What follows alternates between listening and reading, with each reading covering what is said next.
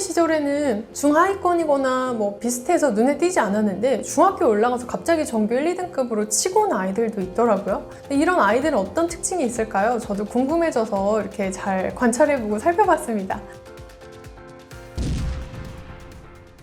성적이 갑자기 오른 아이들의 공통적인 특징이 있나요? 초등학교 시절에 공부를 꽤 잘했는데 중학교 가서 성적이 갑자기 뚝 떨어지는 아이들의 사례를 보셨을 겁니다. 반대로 초등학교 시절에는 중하위권이거나 뭐 비슷해서 눈에 띄지 않았는데 중학교 올라가서 갑자기 전교 1, 2등급으로 치고 온 아이들도 있더라고요. 이런 아이들은 어떤 특징이 있을까요? 저도 궁금해져서 이렇게 잘 관찰해보고 살펴봤습니다. 성적이 오르는 아이들의 특징을 보면요. 첫 번째는 이 책을 사실 미친 듯이 많이 읽어왔다는 사실입니다. 어머님들 만나서 여쭤보면요, 그런 아이들은 집에서 늘 책을 손에 붙잡고 살았다고 하더라고요. 이런 공통점이 있더라고요. 그래서 초등학교 시절에 이 아이들의 독서 능력이 막 당장 눈에 보이는 어떤 문제풀이나 암기 점수로 나타나지 않았을 수 있지만 이 시기에 다져진 독서 습관으로 또 중학교 때 새로운 환경에 가더라도 이런 폭발적인 힘을 발휘하고 있습니다. 사실 초등 때는 내용이 복잡하지 않기 때문에요, 그냥 단편적으로 지식을 암기하거나 반복적인 문제풀이로도 높은 점수를 받을 수 있습니다. 하지만 중학교 이후로는 점점 개념이 복잡해지고 논리적인 맥락을 요구하기 때문에요. 이 시기에 독서로 훈련된 내가 그 능력을 드러내는 거죠. 책을 통해서 쌓은 폭넓은 배경 지식은요, 새로운 개념을 배울 때 마치 거미줄처럼 지식들을 연결해주는 역할을 합니다. 단순히 암기하는 게 아니라 이해를 바탕으로 장기 기억이 가능해지면서 방대한 중학교 학습량을 효율적으로 소화할 수 있게 됩니다. 두 번째로요, 이런 아이들은 자기가 왜 공부해야 하는지 동기부여가 확실히 되어 있더라고요. 우리 어린 학생들은요, 어른들과 달리 이 두 가지가 있어야 학습을 지속할 수 있습니다. 첫째는 재밌어야 합니다. 둘째는 동기부여가 되어 있어야 합니다. 아이들이 이 학습할 때요, 놀이처럼 재밌거나 아니면 동기부여가 되어 있어서 하고 싶은 마음이 들거나 이래야 학습을 지속할 수가 있거든요. 학습에 동기부여가 된 학생들은 단순히 엄마가 시켜서 해요, 또는 이제 뭐 좋은 대학 가야 되니까 해요, 이런 외부 동기로 움직이지 않습니다. 이 책을 많이 읽으면서 세상에 대한 시야가 넓어지고 자기가 진짜 이 흥미를 느끼는 분야나 꿈을 발견합니다. 나는 나중에 과학자가 돼서 다른 사람들을 돕고 싶어. 나는 이 분야 책을 더 읽고 더 깊이 있는 사람이 되고 싶어. 이런 자기만의 내적 동기가 생기는 거죠.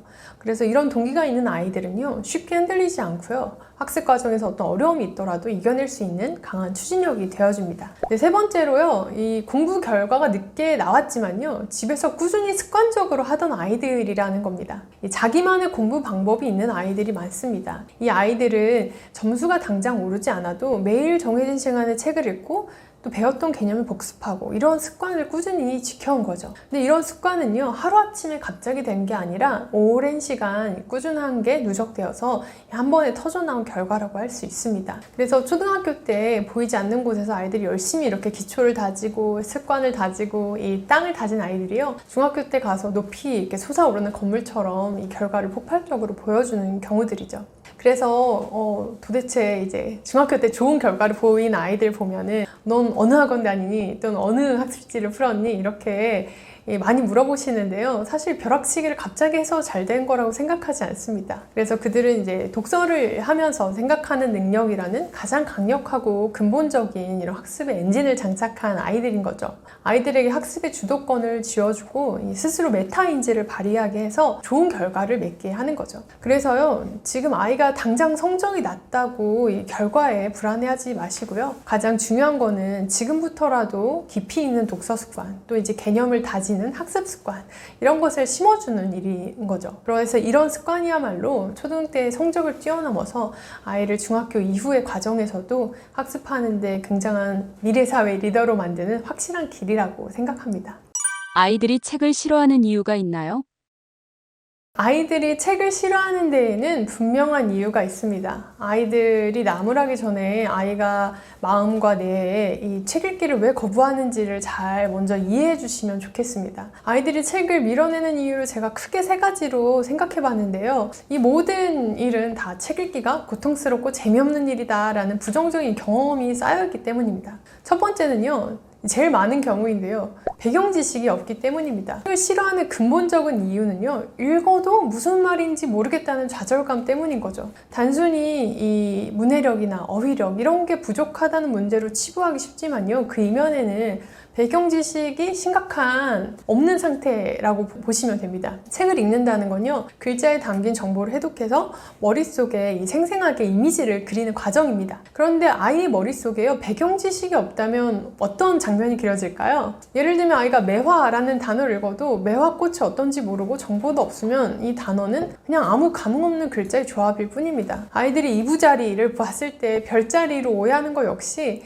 이 실생활에서 배경 지식의 부재 때문에 비롯된 겁니다. 이 문장을 읽어도 그 문장이 묘사하는 상황이나 어떤 등장인물의 감정, 사건의 맥락이 머릿속으로 이제 그림으로 그려지지 않기 때문에 아이는 곧바로 이제 피로감으로 느끼는 거죠. 마치 우리가 이제 외국어로 된 설명서를 읽는 것처럼 자기가 노력한 대비 없는 즐거움이 전혀 없는 활동이 되는 거죠. 결국에 배경 지식이 없는 아이에게 독서는 지루함을 넘어서 어떤 고통으로 다가옵니다. 재미가 없으니 당연히 책을 회피하고, 또 책을 읽지 않으니 배경 지식이 쌓이지 않게 되고, 이런 악순환에 빠지게 되는 거죠. 두 번째는요, 책을 통해 혼나는 경험이 많은 아이들이 책을 싫어합니다.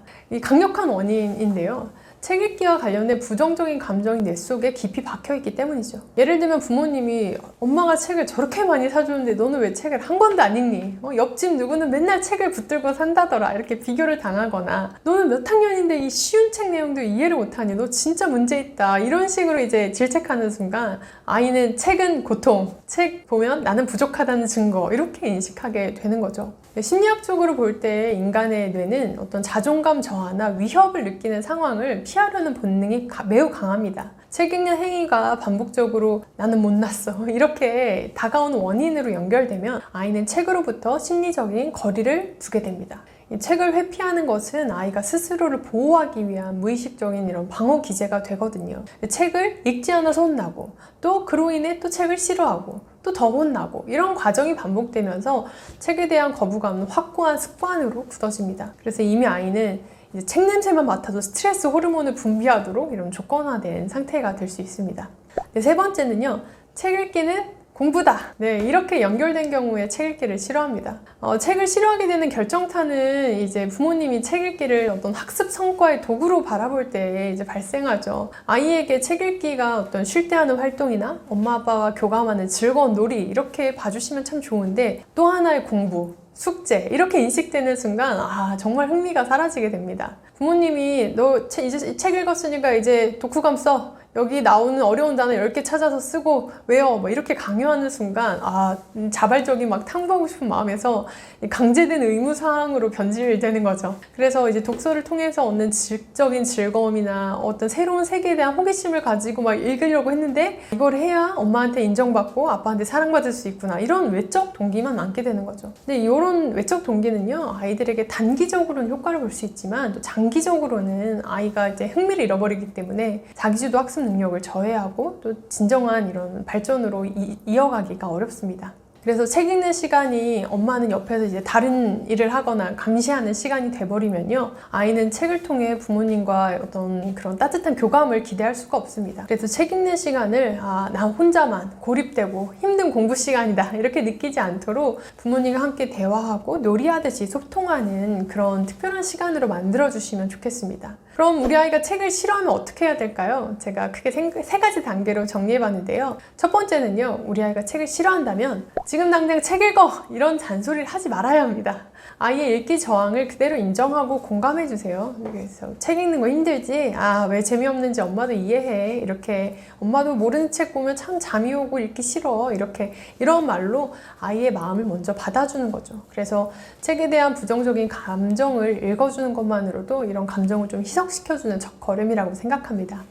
두 번째는요, 책상에 앉히기 전에요, 직접 보고 듣고 만지는 활동을 많이 해보시면 좋겠습니다. 예를 들면 그 책의 배경 지식과 관련된 박물관에 먼저 가본다던가, 과학 체험을 해본다던가, 또 여행을 통해서 자연을 읽는다던가, 이런 활동들을 통해서 부모님과 풍부한 대화를 통해서 이런 어휘와 상황에 대한 경험적인 배경 지식을 쌓게 되는 거죠. 이 배경 지식이야말로 아이가 책을 읽을 때 머릿속에 그림을 그리면서 읽을 수 있기 때문에요, 정말 재미있는 재미있게 읽을 수 있는 그런 자본이 되어줍니다. 세 번째는요, 책 읽기를 공부가 아니라 놀이로 전환할 수 있습니다. 예를 들면 엄마랑 책 읽고 끝말잇기 놀이 해볼까? 라든지 이제 책에 나오는 등장인물 가지고 빙고 해볼까? 이런 활동들을 해볼 수 있죠. 그래서 이제 엄마랑 대화를 할 때도 너 오늘 몇 페이지 읽었어? 이렇게 물어보시기보단요, 주인공은 왜 이렇게 선택했을까? 라는 질문을 던지면서 아이의 생각을 많이 들어주시는 거죠.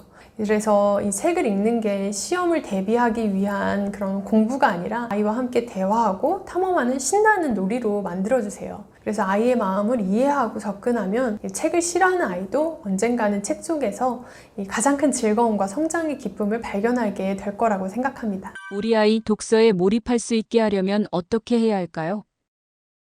몰입하는 순간은 정말 귀한 순간이죠. 그래서 아이가 책에 몰입할 수 있도록 부모님이 환경을 조성해 주시는 것만큼 전 지혜로운 것이 없다고 생각합니다. 그래서 첫 번째로는 몰입하려면 주변에 방해하는 요소들이 적은 것이 제일 좋습니다. 그래서 어떤 스마트폰이나 TV나 아이가 유혹이 될 만한 다른 것들을 제거해 주시는데 조금 힘을 쓰시는 것이 아이가 책에 몰입할 수 있는데 가장 좋은 환경이라고 생각하고요. 그런 환경적 요소와 두 번째는 시간을 좀 몰입할 수 있는 시간을 정해주시는 것이 제일 좋습니다. 그래서 일정한 시간이 되면은 반복적인 행동을 함으로써 그게 습관이 되도록 하는 거죠. 그럼 그 시간만큼은 방해받지 않고 아이가 그 책에 몰입할 수 있거든요. 그 다음에 세 번째는 아이가 사실 좋아하고 재미있어야 몰입하게 됩니다. 그래서 부모님이 몰입할 수 있는 책을 권해주시기보다는 아이 스스로 사실 몰입할 수 있는 책을 찾는 것이 제일 좋거든요. 그럼 그 책을 어떻게 찾느냐? 그거는 찾을 때까지 찾으면 됩니다.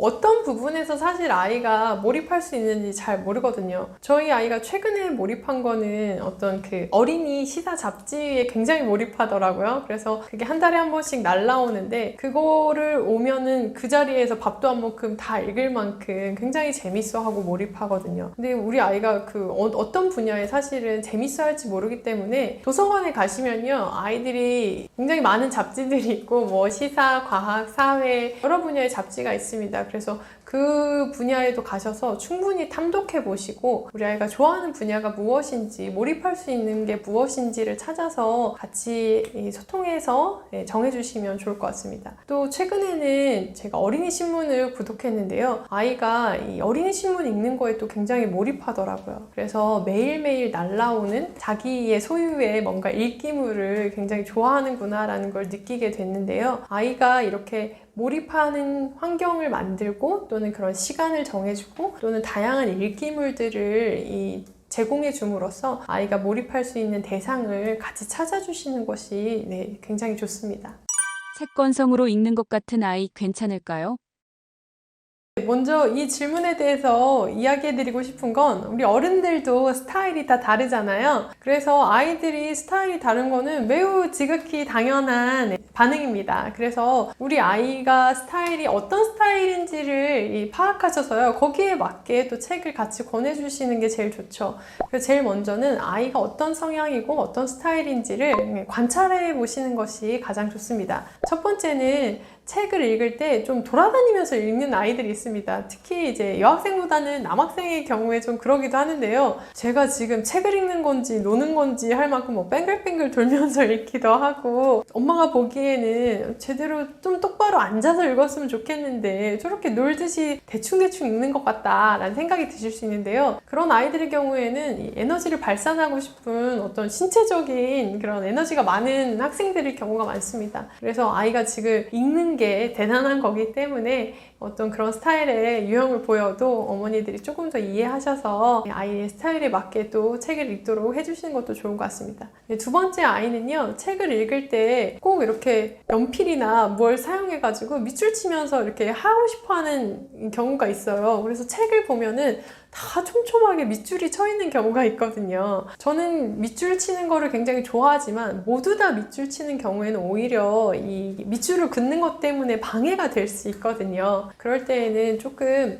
중요한 부분 또는 이제 어떻게 이게 동그라미 치고 네모 치고 밑줄을 쳐야 하는지를 조금 방향을 알려주셔서 아이가 이렇게 기록하면서 읽도록 도와주시면 좋을 것 같습니다. 사실 기록하면서 읽는 건 굉장히 좋은 거거든요. 책에만 있다면 아이가 자기의 읽은 내용을 이 재구성해서 받아들이는데 굉장히 효과적인 방법이기 때문에요. 그렇지만 모든 거에 다 밑줄을 치면은 오히려 신경이 분산될 수 있기 때문에 그런 방향은 제시해 주시면 좋겠다는 생각입니다.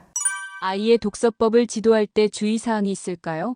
책 읽을 때 제일 이러면 안 된다는 건 훑어 읽는 겁니다. 예를 들면 분명히 책인데 아이가 이렇게 슉슉슉 이렇게 읽는 경우가 있어요. 글자를 안 읽고 그림처럼 읽는 겁니다. 속독이라고 하죠. 근데 저는 처음에는 속독하는 아이들을 보고 와, 너 굉장히 책을 빨리 많이 읽는구나를 감탄하면서 했는데 실제로 제가 수업해보면서 물어보니까 정말 기억을 많이 못하더라고요. 이 책을 읽었으면 꼭 알아야 되는 내용도 기억을 못한다거나 아니면 그거에 대한 생각이 전혀 없다거나 이런 경우에는 책을 읽어도 사실은 음식을 먹어도 그냥 죽 흘려보내는 것처럼 영양가가 남은 게 하나도 없게 됩니다. 그래서 속독, 다독 이거는 정말 아이에게 가장 안 좋은 책 읽기 습관입니다. 근데 만화책을 많이 읽은 아이들이 그렇게 좀 속독하고 다독하는 경향이 있습니다. 다 그런 건 아니지만요. 만화책은 그 말풍선 안에 들어가는 문장이 굉장히 짧잖아요. 그러다 보니까 아이들이 이렇게 문장이 3-4문장으로 길어지면